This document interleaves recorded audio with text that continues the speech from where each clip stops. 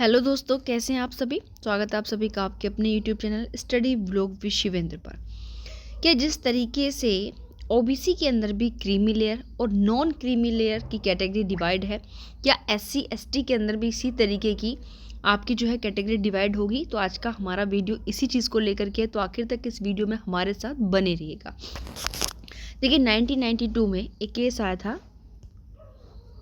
1992 में केस आया था इंदिरा साहनी, ठीक है, जिस केस में फर्स्ट ऑफ ऑल तो आपका जो है 50% का क्राइटेरिया लगा दिया गया था कि 50% से ज़्यादा रिजर्वेशन नहीं होगा। ठीक। दूसरा, यहाँ पर जो आपका ओबीसी है उसको दो पार्टों में डिवाइड किया गया था रिजर्वेशन के लिए।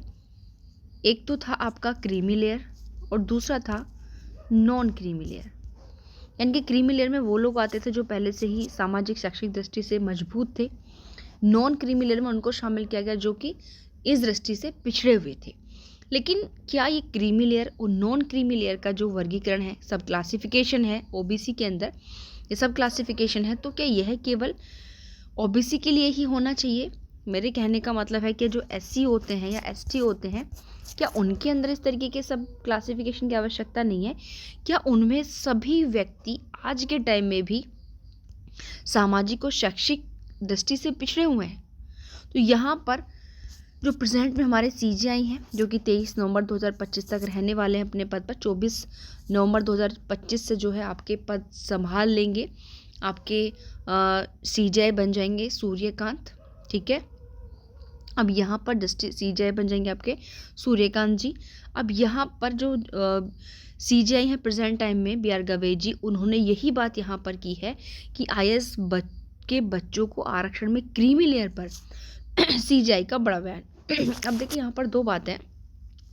मानो ये कोई एससी कैटेगरी का कोई पर्सन है, ये फर्स्ट जनरेशन है जो कि क्या है, मतलब मजदूर है, काम करते हैं, कर्मचारी हैं। ठीक है, यानी कि आपका क्या है, मजदूर करते हैं, कर्मचारी हैं, सिंपल। ठीक है, इन्होंने मेहनत करके अपने बच्चों को स्टडी दिलाई, यानी कि इनकी सेकंड जनरेशन जो है हल्की कोई भी नॉर्मल सी जो है गवर्नमेंट जॉब यहाँ पर उन्होंने ले ली। अब इन्होंने यहाँ पर ले चुके हैं, तो अब इनकी यहाँ पर क्या चुकी है, इन्होंने मेहनत की, इनके बच्चों को गवर्नमेंट दिलाई। अब इनकी तीसरी जनरेशन आती है क्या, अब ये अगर इनके पास भी अच्छी फैसिलिटीज़ हैं, इन्होंने मेहनत करके अपने बच्चों को पढ़ाया, इनके पास अब गवर्नमेंट जॉब आ चुकी है, तो सामाजिक और शैक्षिक आर्थिक दृष्टि से वो पिछड़े हुए उस वर्ग में नहीं है, अपने बच्चे को थोड़ा और बेटर तरीके से एजुकेशन गेट यहाँ पर करा सकते हैं। अब इनका बच्चा भी जो है गवर्नमेंट जॉब में यहाँ पर लग जाता है। इसके बाद अब आती है यहाँ पर तीसरी कंडीशन। ठीक है, तो यहाँ पर ये केवल जो फर्स्ट जनरेशन थी वो मजदूर थी, उसके बाद यहाँ पर ये सेकंड जनरेशन में भी आपका क्या हो गया, गवर्नमेंट जॉब में थे, थर्ड जनरेशन में भी गवर्नमेंट जॉब में थे और इनका बच्चे भी गवर्नमेंट जॉब में थे। तो यहाँ अब ये बताइए कि यहाँ तक गवर्नमेंट जॉब में इनकी फैमिली थर्ड जनरेशन आ चुकी है गवर्नमेंट जॉब के अंदर, तो अब ये बताइए कि इनकी जो ये फैमिली आपको दिख रही है कि ये सामाजिक दृष्टि से या शैक्षिक दृष्टि से या अगर आप इकोनॉमिक दृष्टि से दृष्टिकोण से भी देखें कि आपको कहीं पिछड़ी नजर आ रही है कि इनको भी रिजर्वेशन की आवश्यकता पड़ेगी। वहीं अगर आप इसी एससी कैटेगरी में अगर जाएंगे, एससी एसटी कैटेगरी में अगर जाएंगे, तो एक व्यक्ति था मजदूर, ये अपने बच्चों को अच्छी स्टडी नहीं दे पाया, कुछ भी रहा रीज़न, यहाँ इसका बेटा ये भी आपका मजदूर रहा, इसका बेटा भी यहाँ ये मजदूर रहा, तो इनके अभी तक जनरेशन में मेन सारी वही चीज़ें यहाँ पर आए जा रही है। ये लगातार अपने बच्चे को केवल गवर्नमेंट स्कूल में पढ़ा रहे हैं, इससे ज़्यादा आगे किसी प्राइवेट अच्छे स्कूल में उसको, ठीक है, शिक्षा नहीं दिला पा रहे, क्योंकि इनकी जो सामाजिक शैक्षिक या इकोनॉमिकल जो कंडीशन है इस तरीके की नहीं है। अब यहाँ पर ये इन्होंने जो अपनी तीसरी जनरेशन को यहाँ पर कंपटीशन में अगर फाइट कर रही है, और यहाँ इनकी ये चौथी जनरेशन कंपटीशन की अगर के अंतर्गत अगर फाइट कर रही है, तो सबसे पहली बात ये बताइए कि आप ये जो इनकी फोर्थ जनरेशन हम मान लेते हैं और इसकी भी फोर्थ जनरेशन हम मान लेते हैं, ये फोर्थ जनरेशन गवर्नमेंट, ये पूरा फैमिली अब आपकी ये चौथी तीन पीढ़ी तक क्या चुकी थी, गवर्नमेंट जॉब में थी, लेकिन इनकी तीन पीढ़ी क्या थी, केवल एक मजदूर काम कर रहे थे, जितना कि डेली में अपना खा लें कमा लें उतना ही सफिशिएंट था। अब यहाँ पर ये बताइए, अब एससी कैटेगरी के अंदर आपने कोई डिवाइडेशन तो क्या ही नहीं है, सब क्लासिफिकेशन तो किया ही नहीं है। तो ये जो बच्चा जो ना तो जिसको सामाजिक दृष्टि से अभी पिछड़ा है, ना शैक्षिक दृष्टि से पिछड़ा, ना आर्थिक दृष्टि से पिछड़ा है, इसको भी आप रिजर्वेशन दे रहे हो और इसको भी आप उसी कैटेगरी में रख रहे हो।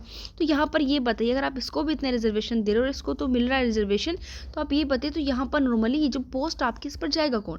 भाई ये जाएगा, ये जाएगा, ये जाएगा, नॉर्मल सी बात है।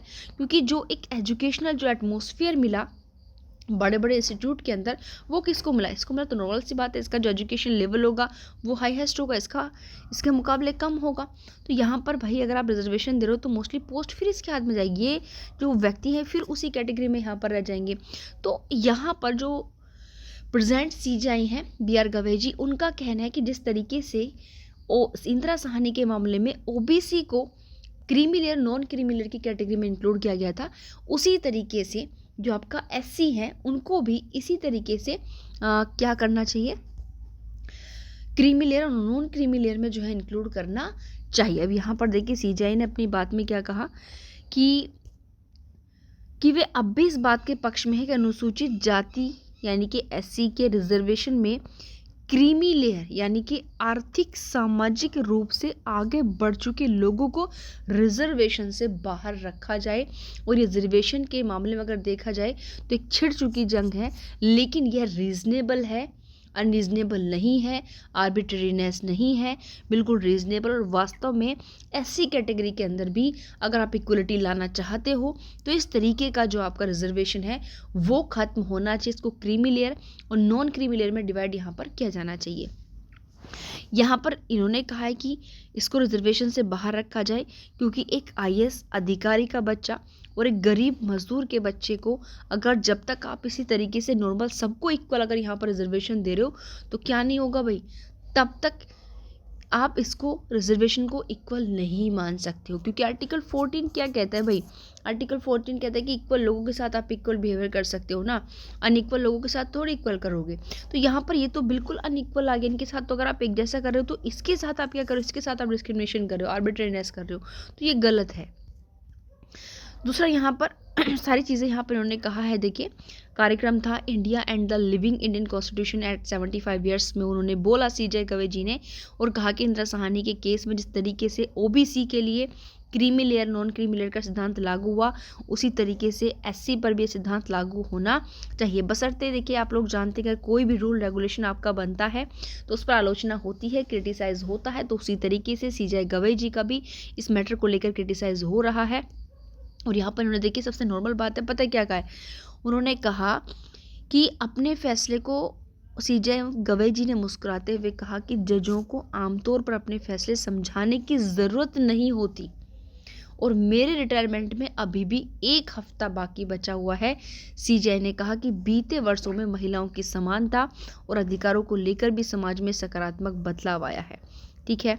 और उन्होंने एक चीज़ आपने देखी होगी कि जो आपका SST के अंतर्गत भी सब क्लासिफिकेशन की बात की गई थी देवेंद्र वर्सेस पंजाब राज्य के मामले में, और 2024 का बहुत लीडिंग केस था जिसमें यहाँ पर देखिए स्टेट गवर्नमेंट को जो है पावर दी गई थी कि वो अपने यहाँ पर जो है SST के अंदर भी सब क्लासिफिकेशन कर सकते। वो बात सब क्लासिफिकेशन थी केवल, यहाँ पर हम बात किसी कर रिजर्वेशन की, creamy layer non creamy layer की।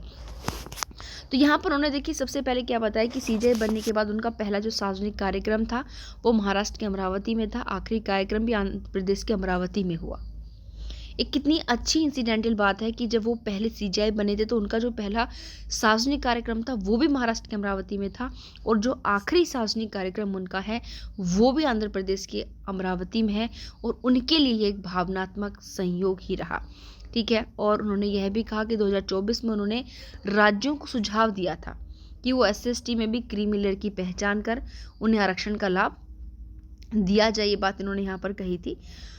और बाकी बहुत सी चीज़ें उन्होंने कही और उनकी बातों की लगातार यहाँ पर आलोचना हुई है।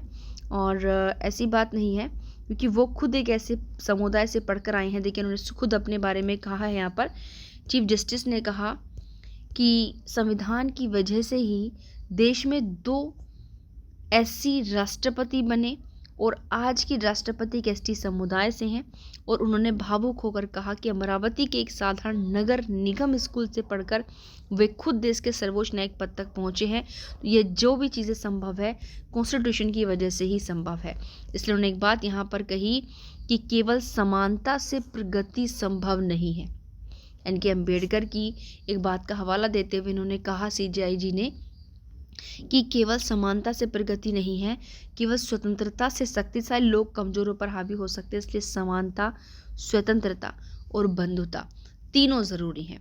तो नॉर्मल सी बात यहाँ पर क्या है कि भाई आप SC और ST के अंदर भी आपको जो है क्रीमी लेयर यानी कि SC और ST के अंदर भी आपको क्रीमी लेयर और नॉन क्रीमी लेयर में डिवाइडेशन करना होगा अगर आपको इक्वलिटी लानी है। क्योंकि एक IAS का बच्चा और एक मजदूर का बच्चा, ठीक है, इक्वल तभी हो सकते हैं जब आप इन्हें अलग अलग कैटेगरी में रखेंगे। क्योंकि अगर यह भी उसी रिजर्वेशन के अंडर आएगा, यह भी उस रिजर्वेशन के अंडर आएगा, तो ये कभी भी वो नहीं कर सकता जो वास्तव में इसको चाहिए। समाज में अपनी एक पहचान, अपना रिप्रेजेंटेशन करने के लिए जो इसको स्टेटस चाहिए वो इसे कभी नहीं मिल पाएगा जब इसके इक्वल रिजर्वेशन इसको भी मिलता रहेगा। देखिए ये बात तो हर कोई जानता है कि समाज में जब कोई नई रूलिंग आती है तो अपने आप में बेनिफिट के साथ लॉस भी लेकर आती है। लेकिन इसका मतलब यह नहीं है कि हम किसी आलोचना के डर से या किसी लॉस के डर से परिवर्तन करना छोड़ दें। तो यहाँ पर देखिए अगर मेरे पॉइंट ऑफ व्यू से जो BR गवई, देखिए मोस्टली तो ये चीज़ें अब हो चुकी हैं, तीर कमान से निकल चुका है। तो नॉर्मल सी बात है, इस प्रकार का जो कॉन्सेप्ट है बिल्कुल अब इसमें कुछ ना कुछ तो ऐसा होगा। अगर बात यहाँ पर है सिंपल, देखिए अब यहाँ पर CJIG ने एक बात कही थी, अगर आप नोट की हो, कि अभी उनके रिटायरमेंट में 1 वीक काफ़ी है, अभी 1 हफ्ता बचा हुआ उनके रिटायरमेंट में। और दूसरी बात मैं आपको यहाँ पर बता दूँ कि आप लोग भी मुझे कमेंट बॉक्स में कमेंट करके बताएं कि क्या वास्तव में जिस तरीके से आपका OBC में creamy layer non creamy layer divide है, तो क्या इसी तरीके से जो है आपका SC और ST में भी क्या क्रीमी लेयर और नॉन क्रीमी लेयर जो है होना चाहिए इंक्लूड या नहीं होना चाहिए। क्या सभी लोगों को SC/ST कैटेगरी के लोगों को भी एक समकक्ष लाने के लिए इस प्रकार की कैटेगरी की आवश्यकता है या नहीं है। आप लोगों को क्या लग रहा है कि इस प्रकार का जो डिसीजन है या संशोधन है होना चाहिए, किया जाना चाहिए। प्रेजेंट टाइम में इक्वलिटी को लाने के लिए चीज़ें ज़रूरी हैं। आप लोगों की क्या ओपिनियन है, क्या राय है, आप लोग मुझे कमेंट बॉक्स में कमेंट करके ज़रूर बताएं। थैंक यू, मिलते हैं नेक्स्ट वीडियो में।